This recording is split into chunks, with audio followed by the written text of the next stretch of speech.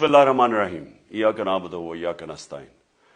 मैं आज अपने उन सारे पाकिस्तानियों का शुक्रिया अदा करना चाहता हूँ कि जो आज सड़कों पे निकले, जिन्होंने मुजाहरे किए, प्रोटेस्ट किया, एक इलेक्शन कमिश्नर के एक जानिबदार फैसले, एक साजिश का हिस्सा बन के, एक माफिया का हिस्सा बन के उसने जो फैसला किया आज, और जिसकी वजह से मेरी कौम सड़कों पर निकली, मैं सबका शुक्रिया अदा करना चाहता हूं। पहले तो मैं अपनी कौम के सामने ये रखना चाहता हूं, ये क्या फैसला है, यानी ये तोशा खाना क्या चीज है। तोशा खाना वो है कि जब मुल्क का प्राइम मिनिस्टर, उसके वजीर, उसके आर्मी चीफ, इनको जब प्रेजेंट्स मिलते हैं, जब वो इक्तदार में होते हैं, तो जब उनको तोहफे मिलते हैं, तो ये जो सारे तोहफे हैं ये जाते हैं तोशा खाना के अंदर। एक पूरा रिकॉर्ड उधर कायम किया जाता है। उस तोशा खाना से एक कानून के तहत आप फैसला कर सकते हैं कि मैं एक आधी कीमत, हमारे दौर में आधी कीमत हम देके हम वो खरीद सकते हैं वहां से। सारा रिकॉर्ड उसका है पड़ा हुआ तोशा खाना में। तो ये जो केस इसने किया है, ये जो केस के ऊपर फैसला दिया है, मैं आप सारी कौम के सामने अब ये कहना चाहता हूं कि जब भी, और इंशाल्लाह हम अब जा रहे हैं अदालत में, मैं आज सबके सामने कहना चाहता हूं कि ये अदालत के अंदर केस जाएगा और इसमें एक चीज गैर कानूनी नहीं निकलेगी, क्योंकि सारा रिकॉर्ड अवेलेबल है। और जिन्होंने कानून तोड़ा है, तोशा खाना का कानून किसने तोड़ा है? आसिफ जरदारी ने और नवाज शरीफ ने। कैसे तोड़ा है? उन्होंने 4 महंगी महंगी गाड़ियां इस तोशा खाना से निकाली है। कानून यह कहता है कि आप गाड़ियां नहीं निकाल सकते, मुझे भी मिली थी। तो उनके केस तो सुने नहीं, उनके 10 साल से केस पड़े हुए हैं जो इन्होंने ये गाड़ियां गैर कानूनी तौर पर निकाली थी। और वो जो कि सारे मेरे वकील ने आज कौम के सामने बताया कि सारा रिकॉर्ड अवेलेबल है, उसके ऊपर इसने ये फैसला किया।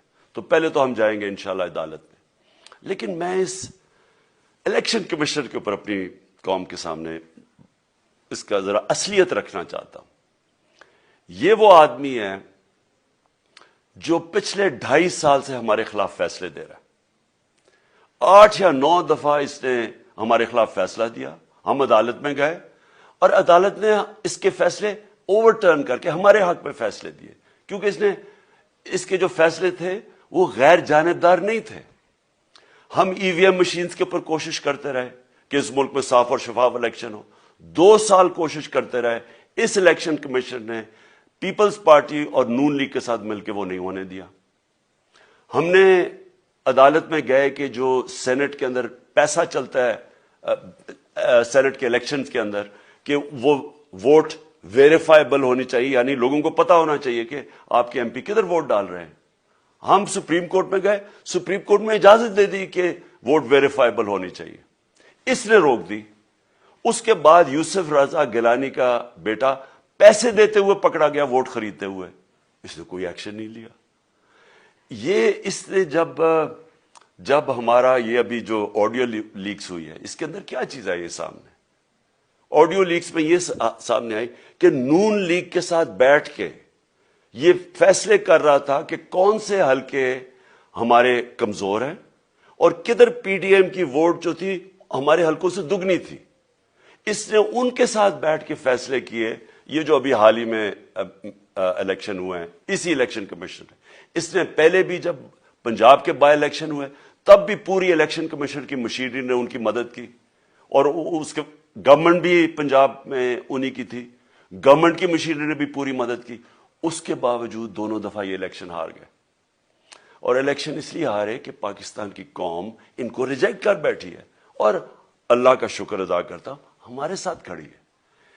जब हमारी गवर्नमेंट गई तब से ये माफिया कोशिश कर रहा है कि तहरीक इंसाफ को खत्म करने की। पहले तो इन्होंने गवर्नमेंट गिराई बैरूनी साजिश, फिर इन्होंने करोड़ रुपया खर्च किया, 20 या 25 करोड़ रुपए की वोटें खरीदी, लोगों को लोटा बनाया, हमारी गवर्नमेंट गिराई।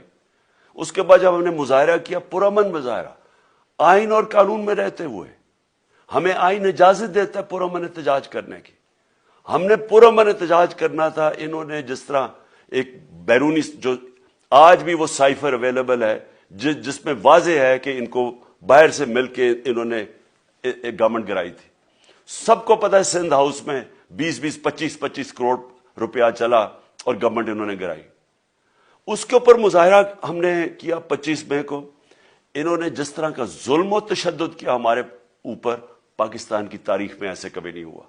عورتوں بچوں کے اوپر دیکھ رہے ہیں فیملیز, انہوں نے شیلنگ کی, گھروں میں گھس گئے رات میں, جو پنجاب پولیس کو انہوں نے استعمال کیا اور انہوں نے سمجھا کہ پارٹی کریش ہو جائے گی.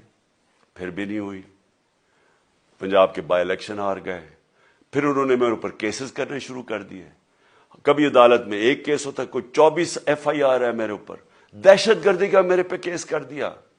کیا کیس تھا؟ ساری دنیا میں رپورٹ ہوا وہ کیس.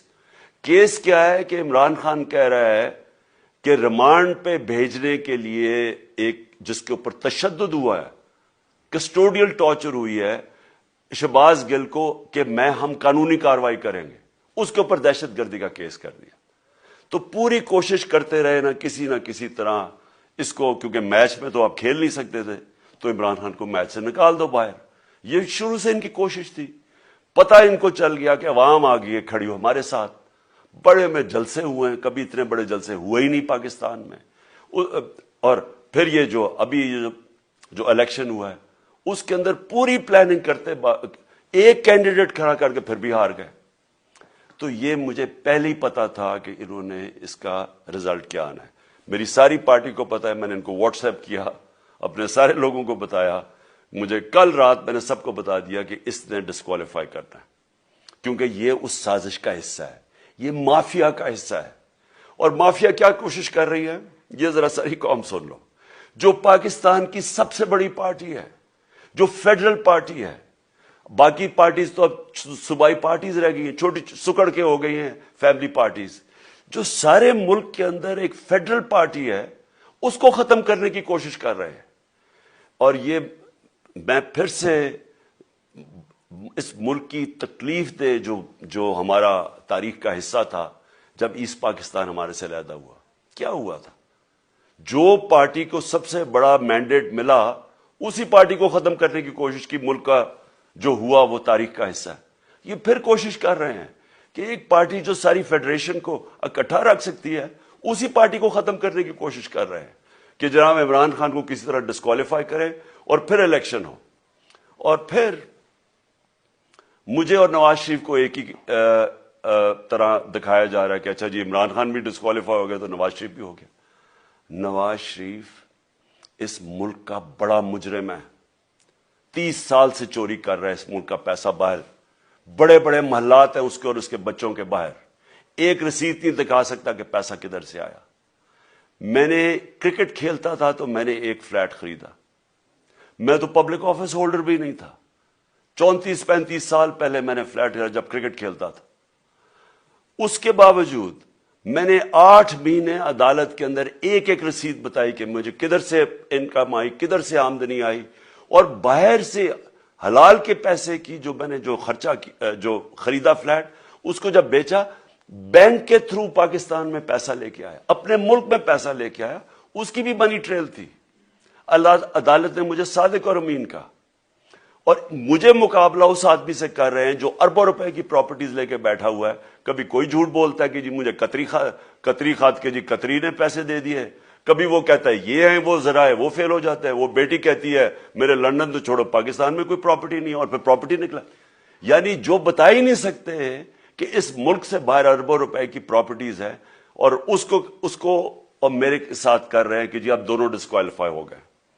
اور جو سب سے شرمناک چیز کیا ہے کہ جس آدمی کی ساری پراپرٹی سب پاکستان سب ڈکلیئرڈ اپنے نام پہ, اس کو ڈسکوالیفائی کر رہے ہیں, اور یعنی میچ سے باہر کے رکھنے کی کوشش کر رہے ہیں. اور کن کو اس ملک میں بچایا جا رہا ہے؟ اس ملک کے بڑے بڑے مجرم جن کے